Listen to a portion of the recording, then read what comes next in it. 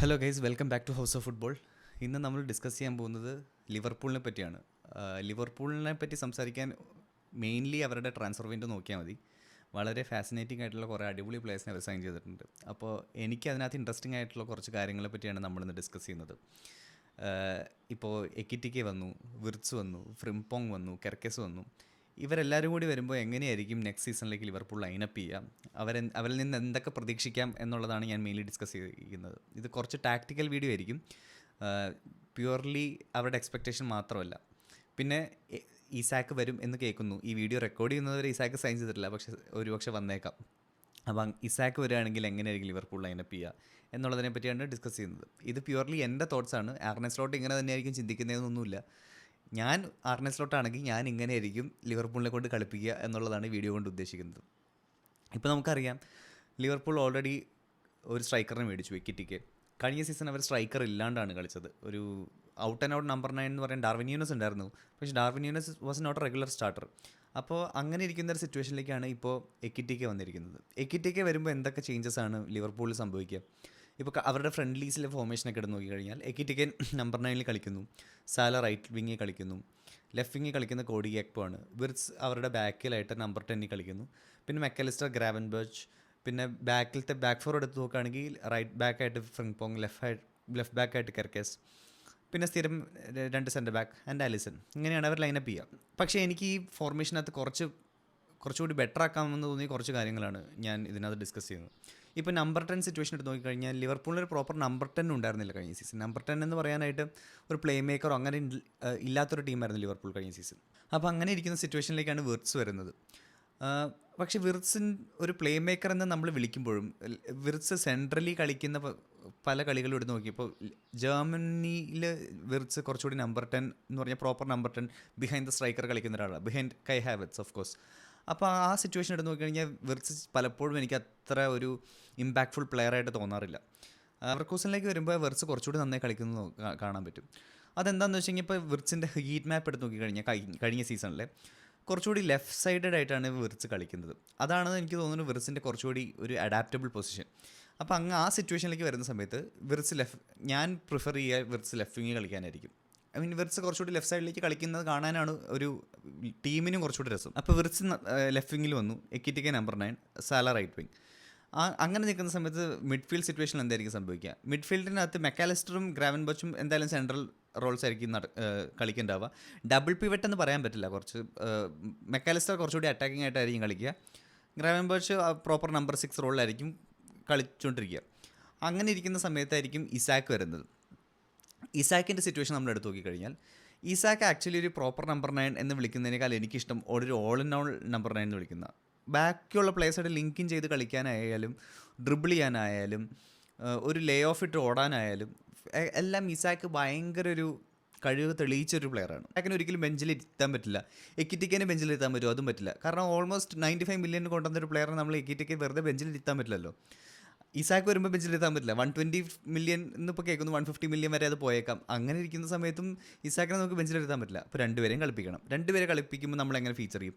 വിർട്സിനെ നമ്മൾ already left വിങ്ങിൽ ഇട്ടു. അപ്പോൾ ഇസാക്കിൻ്റെ ഹീറ്റ് മാപ്പ് നമ്മൾ കഴിഞ്ഞ സീസണിൽ എടുത്ത് നോക്കിക്കഴിഞ്ഞാൽ അത് കുറച്ച് ഭയങ്കര ഒരു പരന്ന് കിടക്കുന്ന ഹീറ്റ് മാപ്പാണ്. കാരണം എല്ലാ വിങ്ങിലും പോയി കളിക്കും. ഇപ്പോൾ കഴിഞ്ഞ സീസണിൽ പല മാച്ചസ് എടുത്ത് നോക്കിക്കഴിഞ്ഞാൽ ഗോർഡനായിട്ട് നന്നായി ലിങ്ക് ചെയ്തിരുന്ന ഒരു പ്ലെയറാണ്. മേർഫിക്ക് ലേ ഓഫ് ഇട്ടിട്ട് ഓടുന്ന പ്ലെയറാണ്. അങ്ങനെയൊക്കെ നോക്കുമ്പോൾ ഇസാക്കിന് ഡബിൾ സ്ട്രൈക്കർ സിസ്റ്റത്തിൽ കളിക്കാൻ വലിയ പാടുണ്ടാവില്ല. അപ്പോൾ നമ്മൾ 4-4-2 ഫോർമേഷൻ വീണ്ടും ഇംഗ്ലീഷ് സിസ്റ്റത്തിലേക്ക് തിരിച്ചു വരുമോ എന്നുള്ളൊരു ക്വസ്റ്റ്യൻ മാർക്കും ഇവിടെ നിലനിൽക്കുന്നുണ്ട്. കാരണം എക്കിറ്റിക്കയും ഉണ്ട്, ഇസാക്കും ഉണ്ട്. ഇവർ രണ്ടുപേരെ യൂട്ടിലൈസ് ചെയ്യണമല്ലോ. രണ്ടുപേരും സെൻട്രലി കളിച്ചുകൊണ്ടിരിക്കുന്ന പ്ലെയറുമാണ്. അങ്ങനെയാണെങ്കിൽ ഇസാക്കിനെ ഒരു സൈഡിൽ നമുക്ക് അറ്റാക്കറായിട്ട് വയ്ക്കാം, സ്ട്രൈക്കറായിട്ട് വയ്ക്കാം.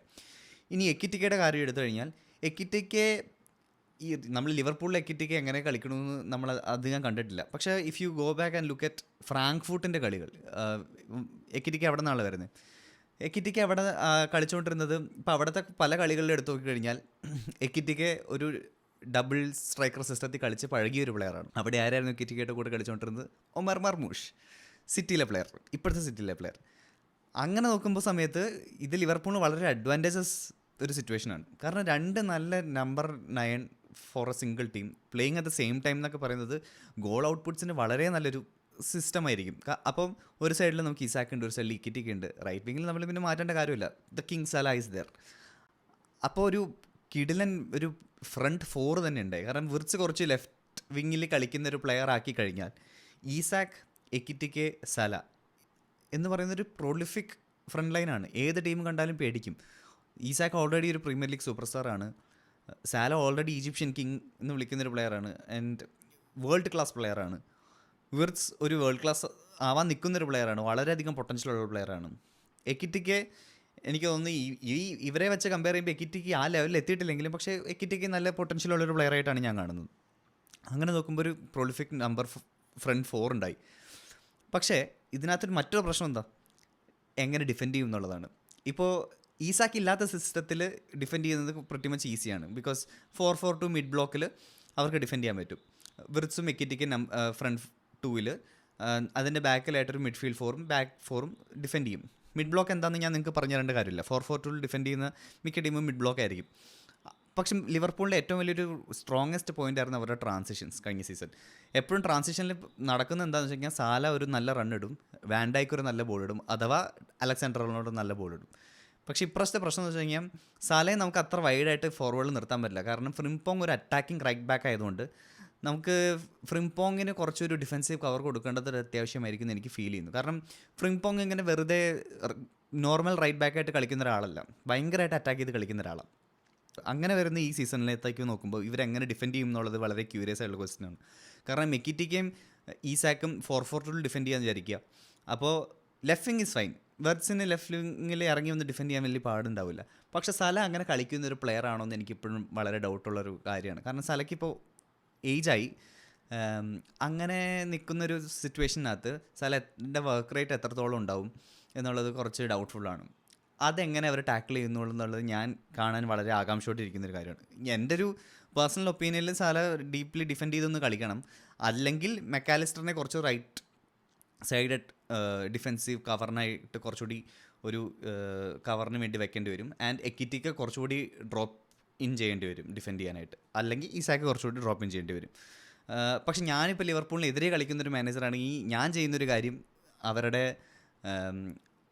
റൈറ്റ് സൈഡ് കുറച്ചുകൂടി ഞാൻ ഓവർലോഡ് ചെയ്യാൻ നോക്കും. ഫ്രിംപോങ്ങും സാലയും കളിക്കുന്ന സൈഡ് ഓവർലോഡ് ചെയ്യാൻ നോക്കിയിട്ട് അവിടെ നിന്ന് കുറച്ചുകൂടി ക്രോസസ് ഇടാൻ പറ്റിക്കഴിഞ്ഞാൽ വിൽ ബി റിയലി ഗുഡ്.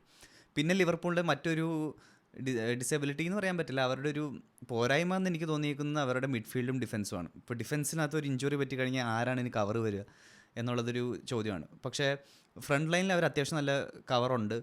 ഇപ്പോൾ റിയോ എങ്കുമോഹു എന്ന് പറയുന്ന പ്ലെയർ ഇസ് റിയലി ഗുഡ്. ഞാൻ പ്രീ സീസണിൽ 2-3 കളി കണ്ടു.